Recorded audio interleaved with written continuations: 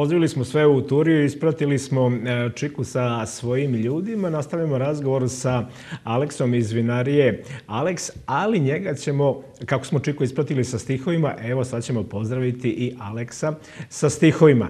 Kaže ovako, i dok Aleks šeta na sve 4 strane sveta, Fruška Gora je puna bermeta. Dobro, dobro. Da li je to baš tako, Aleks? Da vam kažem, bermet je jedno tradicionalno piće sa obronaka Fruške Gore. Marija Terezija je u bermetu uživala i oslobađala je svoje podanike koji su sadili vinograde i pravili taj čarobni napitak. I ja sam sebi dao zadatak da bermet i u ovom 21. veku globalno bude na nekim novim dvorovima. Za sada se pije kod princa Karađorđevića bermet. Bili smo tako nešto pričali, razgovarali sa momkom koji je uvezao jednu količinu bermeta u Holandiju i pošto imam preporuku od princa za taj napitak da je dobar i mogu i njegov grb da stavim na flašu, momak je predložio da princ Karađorđević bude na jednoj degustaciji bermeta u Holandiji. Kažem, ajde molim te, neka bude i holandski par u toj priči, pa ti ubaci bermet na holandski dvor da bude. Sad, još se to nije dogodilo, ali bermet se pije u 2 restorana sa Mišelinovom zvezdicom u Holandiji. Priprema sad i bermet sa tartufima. Flaša bermeta moja sad ima novi vizualni efekat, nosi grb porodice Rajačić. To je porodica koja je patrijarha Rajačića, koja je dobila 1863. godine najstariju diplomu iz Hamburga za svoj bermet. I ja sam sklopio ugovor i praktično baron bermet će biti izvozna priča bermeta iz vinarije Aleks. A meni se čini da, pošto smo se upoznali tamo na Kobasicijadi pre nekoliko godina, a pravo da vam kažem, ja za bermet na ovim našim prostorima nisam čuo, pošto je to prioritet Fruške Gore, imam utisak da ste vi nekako taj bermet izvukli iz zaborava i ponovo ga ponudili našim ljudima. Pa da vam kažem, iskreno ovako, da ne budem bezobrazan, mislim, ja nisam prvi krenuo sa bermetom. Krenuo je momak jedan iz Karlovaca, Benešek, koji je to počeo prvi da radi, izvukog iz zaborava. Zaista bermet je bio u nekom zapečku, stajao jedno 40 godina i tu negde krajem 90. godina je krenula priča bermeta. Ja sam imao jedan napitak koji sam zvao aromatizovano Aleksovo vino. Tu sam imao neki 7 trava, sticam okolnosti, to sam dobio od jednog dedice koji je redovno svakog petka dolazio kod mene i kupovao vino. I deda pita, da li ste se vi nekad pitali što ja svake nedelje kupujem 10 litara vina? Kupujete da popijete, mislim. Pa ne, ja od ovoga pravim nešto, ćete da dam recept? Pa dajte, ne problema. Ja brzo napravim, zapišem te recepti i ja to napravio, deci moje dao, oni probali, sviđa im se i na Grožđenbalu jednom u Karlovcima ja to prodavao upola cenu u odnosu na bermet. Slično je bermetu, ali nisam smeo da ga nazovem bermet jer nije kompletna priča bila. I kad se neka pauza bila, ja stanem s jednim vinarom karlovačkim Kurjakom i razgovaram i kažem, ja prodao ono moje vino sve, šta si imao? Ja mu kažem 7 trava, pa kaže dodaju još 7 trava i bit će bermet. I ja dam zadatak enologu mom Jovici Popovu, kažem, Jovice, ajmo da napravimo priču da za Svetog Trifuna na vinskom balu na Tvrđavi da možemo da otvorimo bermet. Da se slažeš, slažeš. I tako smo mi to i uradili. I na Tvrđavi je bilo, ono što kaže, promocija mog bermeta. Inače, moje game vino, s kojim sam se na neki način proslavio, prosečno vino, nije vrhunsko vino, ali je zaista pitko i za, ono što kaže, narodne mase. Ja sam tu dodao te začine i dobio se taj bermet koji sam ja otvorio na Tvrđavi i tu se napravila, počela već frka, gužva. A verujte mi, najviše medalje i diploma sam pokupio što se tiče bermeta. Ne brojim ih više, prvih nekih 10-ak i uramljeno, posle više nisam mnogo, skupi su ramovi. Ima kod Kineza jeftini. Pa ne vredi, mislim, ali nemam toliko zidova i koliko ima diploma, mislim. Inače, evropski šampion, kraljevski šampion, srpski šampion. Ja u principu kažem, u Mađarskoj je 4 puta zlatan i 1 puta evropski. I to je inače evropsko prvenstvo gde su isključivo žene degustatori. I ja kažem, 49 žena, 7 ekipa po 7 žena, kad su moj bermet probale, one su pale na kolena. Ja nisam bio tamo, ne znam šta bi se desilo, meni Sremcu, mislim na moje sremačke. Pantalone. Dobro. Sad, gospodine Aleksa, oni stihovi od malo pre nisu na pamet napravljeni i ispevani. Pored ove naše Srbije koju ste, verujemo, obišli s jednog na drugi kraj, vi ste dosta toga putovali, obišli ste dobar deo sveta, bili ste i u Kinu. Da čujemo kako stranci prihvataju ovaj vaš Bermet. Pa vidite, da kažem, Kinezi su bili malo skeptični u toj celoj priči, oni to ne znaju šta je uopšte. Sad ja sam onda rekao, čekajte ljudi, vi sve imate nešto kvalitetno, sve nešto lekovito, pa i ja imam lekovito, ovdje ima 22 trave u crvenom Bermetu. I zaista kad uzmete tu priču, mislim da tu imate i pelina, i majčine dušice, i nane, i rena, i karanfilića, da to može da bude na neki način lek.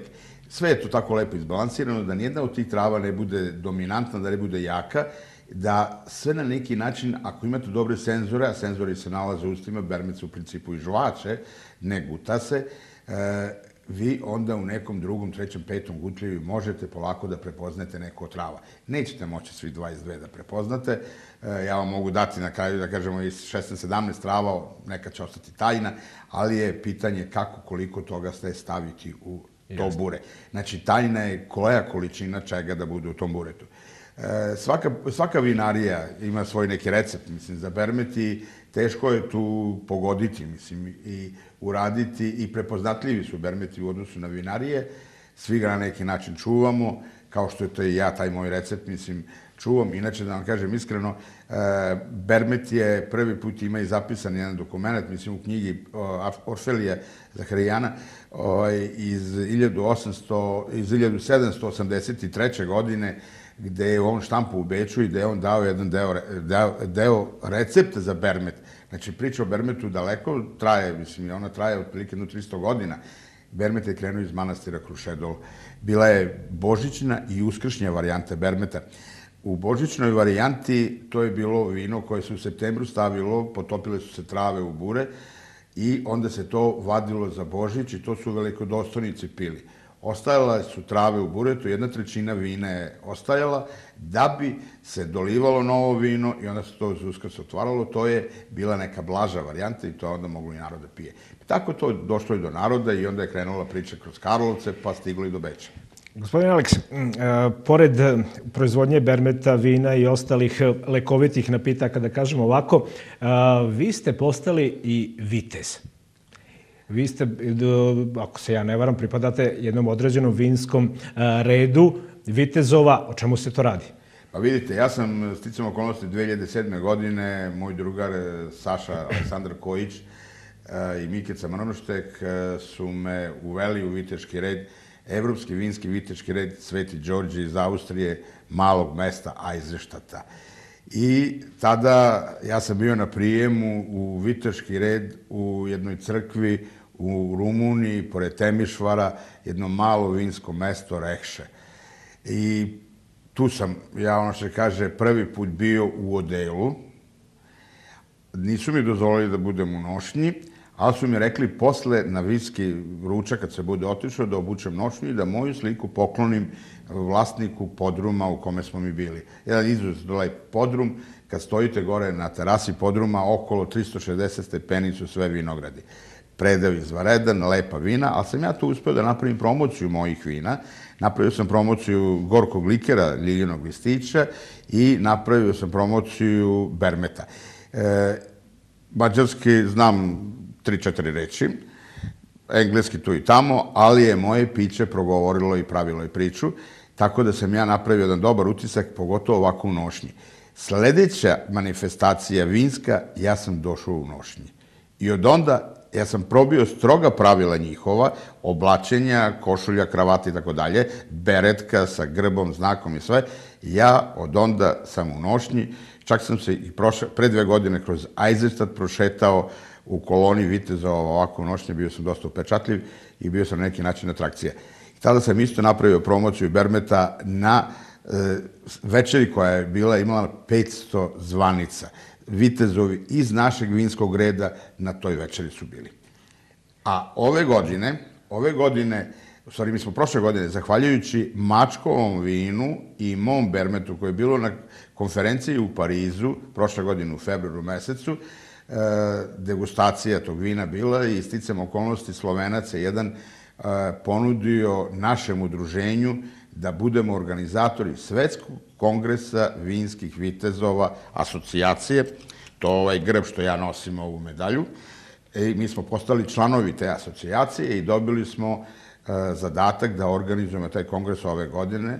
31. maja počinju u Novom Sadu, trajeće negde 8 dana. Jedan dan će biti i Subotica u pitanju, jer će tada Dibonis da organizuje vinsku svečanost ovde u Subotici kao prošle godine što je bilo.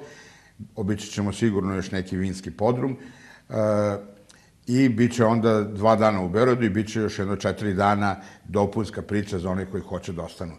Verujte mi, za sada već imamo nekih 50-ak prijavljenih iz Amerike, imamo iz Japana, imamo iz Brazila, bit će tu Francuza, sad se upravo i Kojić, prokonzul, vratio iz Pariza, bio je na konferenciji, da ponovo animira vitezove te asocijacije, to je skup svih vitezova sveta. Ima ih negde oko 700 udruženja u svetu. Ja sam čuo da ste vi nameravali još prošle godine da se ovako u odelu, u stvari ovom svečanom odelu Narodnoj nošnji, pojavite, to jest da iz aviona uđete u Ameriku, to jest u New York. Međutim, zbog nekih tehničkih stvari to nije ostvareno, ali vi ste već malo pre rekli da novi susret zakazujemo kraj maja ovde. Vidite, novi susret bi trebao, a ja se nadam da ćemo biti i pre toga, ja ću vas pozvati na konferenciju za štampu koja treba da bude u Novom Sadu u narednih jedno 10-ak dana da se organizuje, da se na sajmu turizma da predstavimo našu priču, da animiramo, jer nam treba da u toj priči nam trebaju i sponzori malo da to sve pomognemo. Ovako za vašu informaciju, a i gledaoca, moja figura, Sremac, naslonjena flašu Bermeta, je zvanična figura tog kongresa viteškog i svaki učesnik kongresa će otići iz Srbije sa tom figurom. Inače, ta figura je suvenir Srbije, a usput i turistički cvet Srbije. A šta da vam kažem, ja sam onda ovako cvetić. Vidim ja da ste vi zaštitni brend, kako se sad to popularno kaže, čitave naše Srbije kada su u pitanju vina. A kažu ljudi da u Moskvi je tolika potrošnja vina da čitava Srbija kompletnu proizvodnju vina da pokloni ili da proda u Moskvu ne bi im bilo dosta. Da, kažem, to je tačno. Mislim, ja sam bio 1994. godine u Moskvi sa odbojkaškom reprezentacijom. Bio sam sponzor, a moj sin je bio snimatelj.